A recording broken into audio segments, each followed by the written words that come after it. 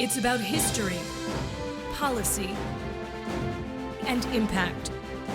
A new perspective on current affairs, bringing experience, insight, civility, and scholarship to the urgent issues of today. It's about our past, present, and future.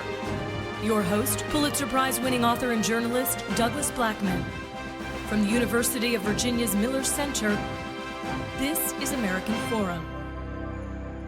Welcome back to American Forum. I'm Doug Blackmon.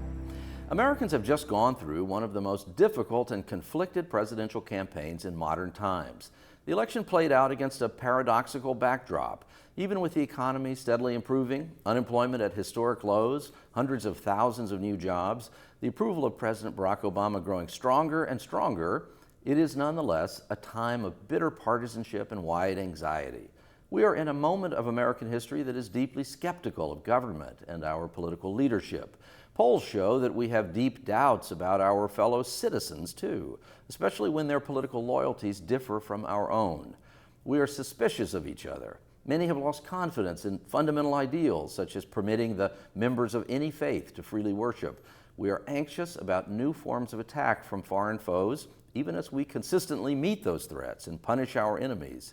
There is civil unrest on the streets, more tension between civilians and the police, and an unpopular war drags on far away. That is a description of 2016, but it carries some loud echoes of another time, at the end of the tumultuous 1960s, when a political figure with a complicated past won the presidency in the midst of great turmoil. The new president in 1969 was Richard Nixon, a man in whom we can see, in hindsight, a combination of some of the perplexing dimensions of both presidential candidates in 2016. He was already a longtime figure on the national stage and a political expert, an insider, not unlike Hillary Clinton. And like Clinton, Nixon also carried deep political scars and negative associations and habits. Nixon was also, we would eventually learn, an emotionally erratic and unstable man, consumed with grudges, willing to leverage the most base instincts of voters to gain power in ways sometimes reminiscent of Donald Trump's most troubling dimensions. So for this episode, we've asked a distinguished historian of the presidency and of Richard Nixon to join us in an examination of that time and that new president and what it might tell us about the challenges confronted by our country and our new president in the aftermath of this unpleasant election season. Tim Naftali is a former director of the Nixon Presidential Library and Museum and now clinical associate professor of history and public service at New York University and a regular CNN contributor on presidential history. He is the author of many articles and books on national security, intelligence, and presidential history, some of which he wrote while a senior scholar here at the Miller Center a decade ago. Thank you for coming. My pleasure, Doug. It's nice to be back. Now, Tim, we taped this discussion that we're about to have, we taped it before the election, the outcome of the election was actually known. And so we're going to have a conversation about, that is mostly about the parallels between that time and this time, and but also looking at ways in which the Nixon presidency, Nixon himself, the first year of his presidency, how all of those things relate to the time we live in today, but also the two candidates, one of whom is now on his or her way to becoming president of the United States. I remember the discussion just before the Republican convention. And the Trump team then, it would change after the convention, but the Trump team then talked about how the inspiration for Trump's address would be Nixon, and that 68 was in many ways an organizing principle in 2016. Now, some of that could be explained because a number of Trump's advisors were old enough to have served Richard Nixon and to have participated in shaping Richard Nixon's public relations. But it also was a reflection of the sense among many angry voters in this country, on the left and on the right, that there was a fraying of the basic fabric of this country. There was a sense that government was either too much in your business or whatever it was doing was not successful. There was a sense that a common understanding of the threat to this nation, both domestic and foreign, didn't exist. A sense that consensus, and one of the things we historians do all the time is tell you, you know what, there never really was the consensus people think, but there were shared principles and values. That all of that had gone, and there was in its place a sense of resentment, anger, and concern. And the Trump appeal was that I will calm these waters. And that's exactly what Richard Nixon said in 1968. He was offering not a vision, really, of the future. It was, this country's in trouble. It needs a strong leader. I have shown my strength. In the case of Nixon, it had been as a vice president. I can do this, and you need a law and order president. Now, the fact that there was an appeal that had, that had broad, there was certainly some broad appeal, was a product of the similarities between the late 60s and our current era. We always have to be very careful, Doug, about drawing analogies because there are personalities are different, issues are different. There are always variables, but there is no question that people in the United States that feel that something is terribly wrong, and after 15 years of fighting a faceless enemy, there is also a natural weakening of trust in government. Why haven't you fixed this problem? Why are we still fighting? Why are we actually threatened in our own neighborhoods? Couldn't we be doing a better job? That has created the kind of pressure on government for better results that this country was feeling in 68. Now, in 68, it wasn't a faceless enemy. The combat was different. The threat to Americans at home was not quite clear. Yes, you had a nuclear threat. It was a generalized one. But the Soviets were not considered that threatening, and they were the ones who launched a nuclear strike. But there was a sense that, our government keeps telling us that they're going to solve this problem. And yet, year after year, people die. What's going wrong? And what happens in the late 60s, and this is another parallel to today, is that this kind of conversation is happening on both sides of the spectrum, both sides of the aisle. It's not just among the right or Republicans. The left, too, has a sense of anger and disappointment.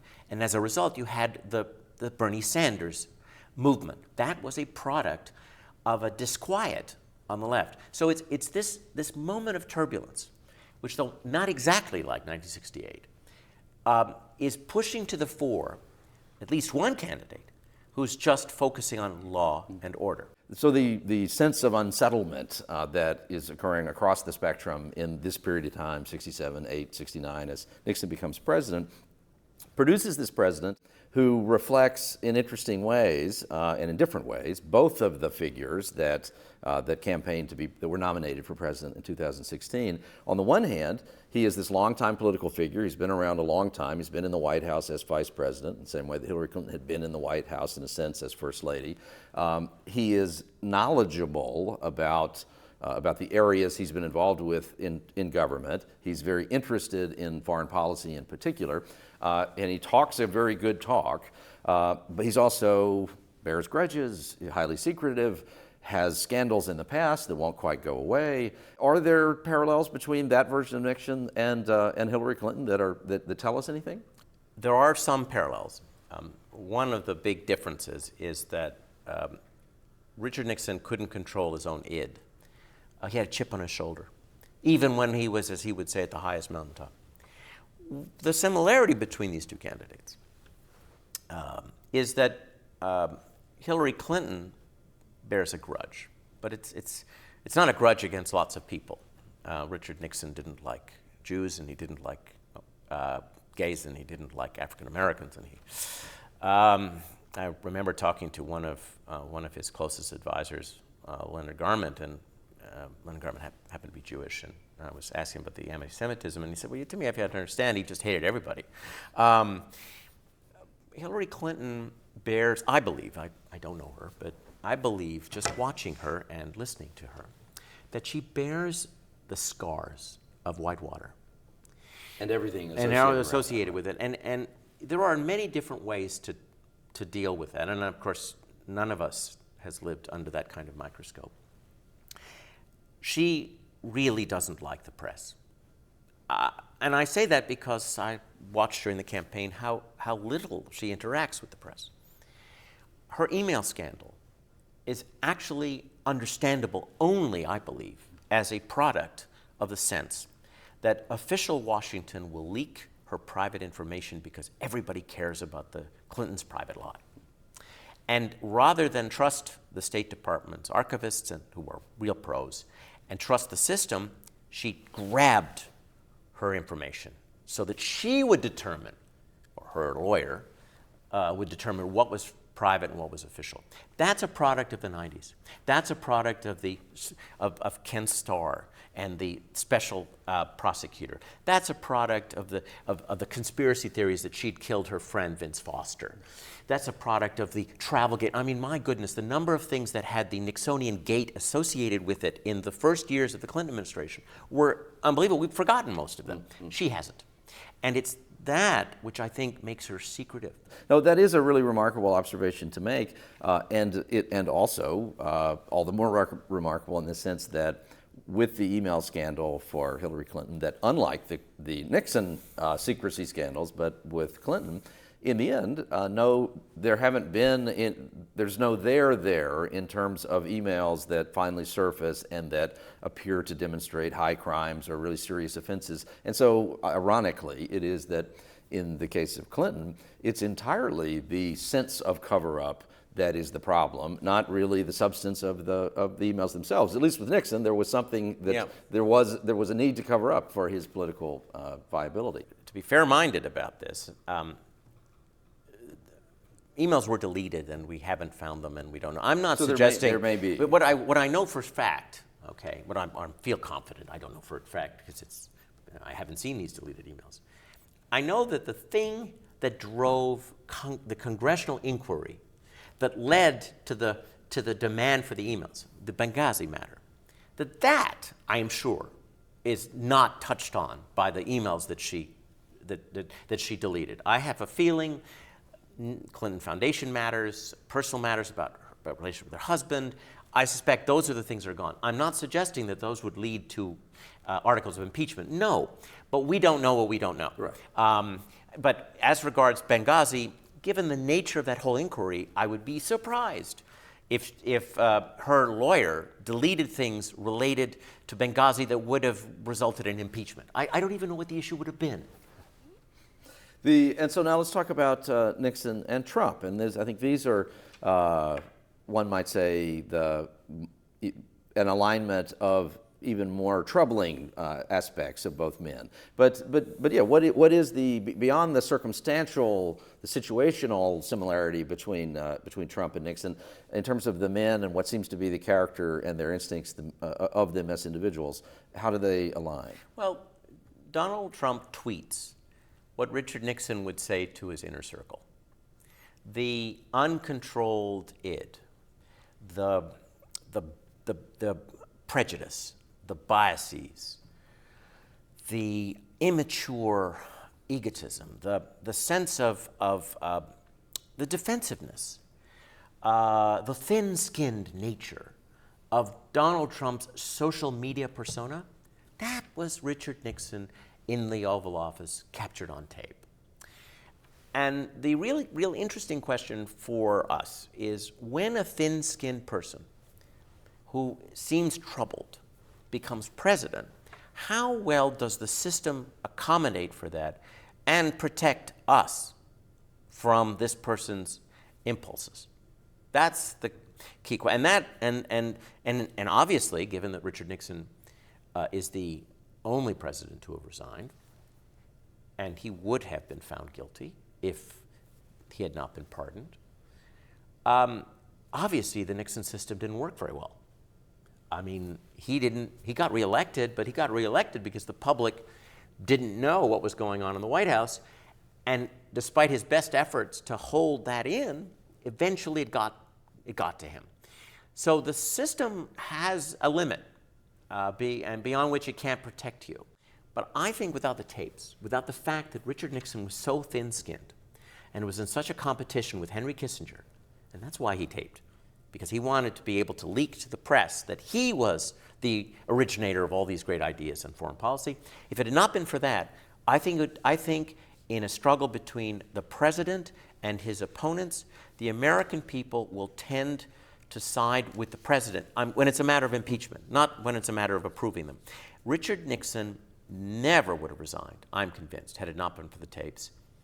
And that means the system might not have worked, that he might have actually finished his second term and then enjoyed the accolades that former presidents enjoyed, which means that the system would have learned that you can abuse power without consequence. So I think we were very fortunate that there were tapes, which of course has there's a consequence of this kind of thinking, which is that have we learned enough since the 70s so that in case of having a president who is impulsive, who is thin-skinned, who will order things that are not in his interest, let alone that of the country, that the system will push back and protect us from him?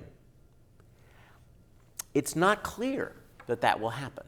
Now, that's a real worry to me. There are checks and balances. They're not perfect. And the White House is structured to insulate the president and protect him or her. And I think there are challenges there. It is interesting in that had there not been the break-in at the Watergate Hotel, then you know, even if that had not been discovered, if they'd gotten in and gotten out, then none of these things likely would have ever been known, with or without tapes. Had there not been tapes, we wouldn't have gotten to the final resolution of connecting the president to it or having a strong confidence of that. Had there not been Benghazi, we would never have learned about the emails. Right. And if there had been some troubling thing in Hillary Clinton's emails, the question would have never been raised. And we know that because the somewhat similar system that that Secretary Colin Powell had, we never heard about until we heard about the one that Hillary Clinton had. But a president should always assume there's always going to be a Benghazi. Yeah. I mean, if it hadn't been for Monica Lewinsky. Right. I mean, the fact of the matter is, it's very... these things are just going to happen. You have to, and that's why you shouldn't do bad things. Yeah. I mean, you shouldn't do it for moral reasons. But if you want to be purely cynical about it, don't do it because chances are something's going to happen that you hadn't anticipated. But the untold story really is the role that Republicans played in trying to harness and rein in Richard Nixon. The heroes, not just there were civil servants, but also political appointees, who said this man is going too far.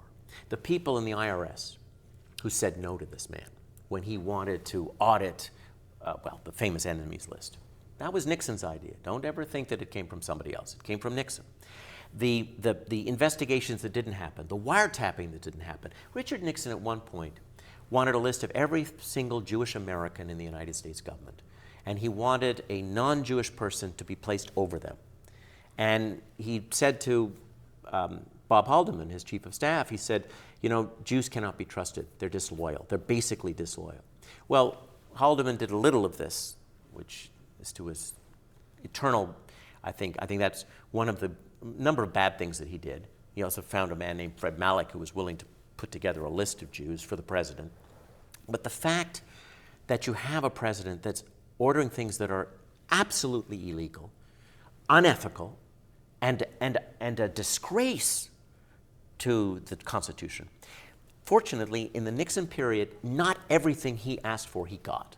Well, that is a very important observation, particularly given that in this campaign that we just had, depending on one's political spectrum, where you were on the spectrum, there were people who viewed both candidates in these apocalyptic dimensions, this view that if Hillary Clinton were to become president, this parade of terror and horrible decisions would flow from that, and even worse depictions from the most partisan folks against Donald Trump.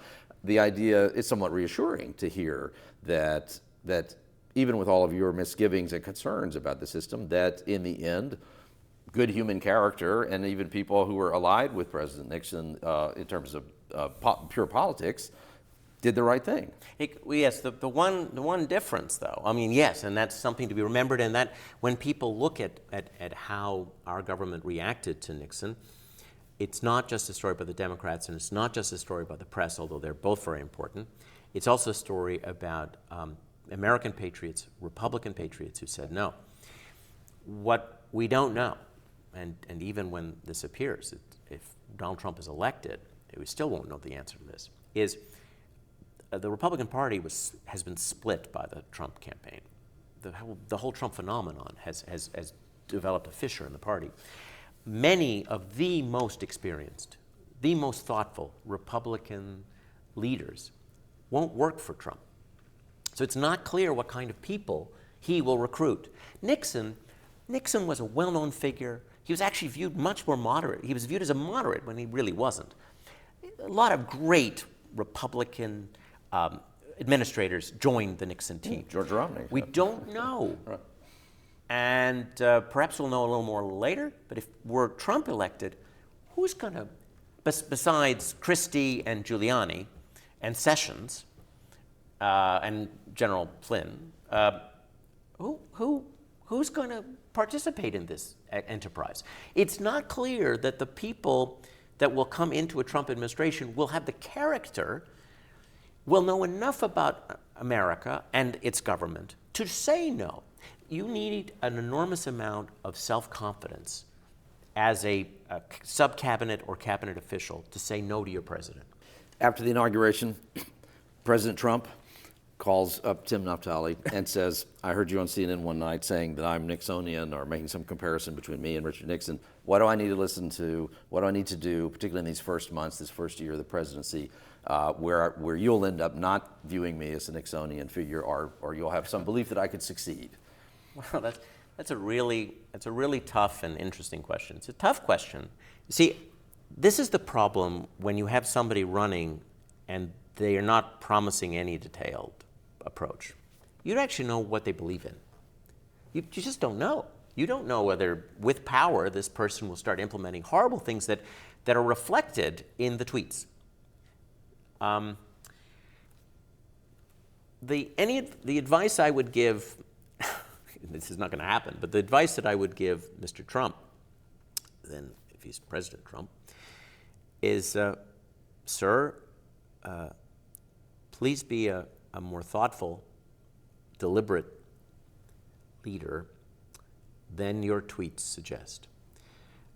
I would say to Mr. Trump, our system, our beautiful constitutional system, is fragile. Our forefathers set up checks and balances, but they had George Washington in mind. And they gave the President of the United States an awesome collection of responsibilities that are unmatched by any democratically elected person in the world today. He is commander-in-chief, he is head of government, he is head of state. Your advisors are always going to disagree, which means you're going to have to make the decision. When you make that decision, a whole part of the U.S. government is going to start marching in a certain direction. This is not like running a business. And be more deliberate. And if it means changing the way you make decisions, and I know you pride yourself on a career of successes, do it. This is not the same as any experience you've ever had in your professional life. He's not going to listen to that, and that's really hard advice to somebody who's just beaten the odds and become president. But that is the issue here, which is that the presidency is something you cannot prepare for completely, but you can put yourself in the right mindset. And that mindset is a bit more modest, a little bit more awestruck than so far we have seen in the way in which, in the language that Mr. Trump uses. Tim Naftali, thanks for being here. My pleasure, Doug. And we thank our viewers for being here too. American Forum now broadcasts coast to coast, east to west, north to south on hundreds of PBS television stations, the World Channel, Facebook Live, and across the internet. We're nonpartisan and we're pro-democracy. And we believe that no matter how much Americans may sometimes disagree, if we keep talking to each other and looking for the wisdom in our shared history, we'll be okay. If you'd like to send us a comment or join our conversation, go to the Miller Center Facebook page or follow us on Twitter. My handle is @DouglasBlackman. You can reach today's guest @Tim Naftali.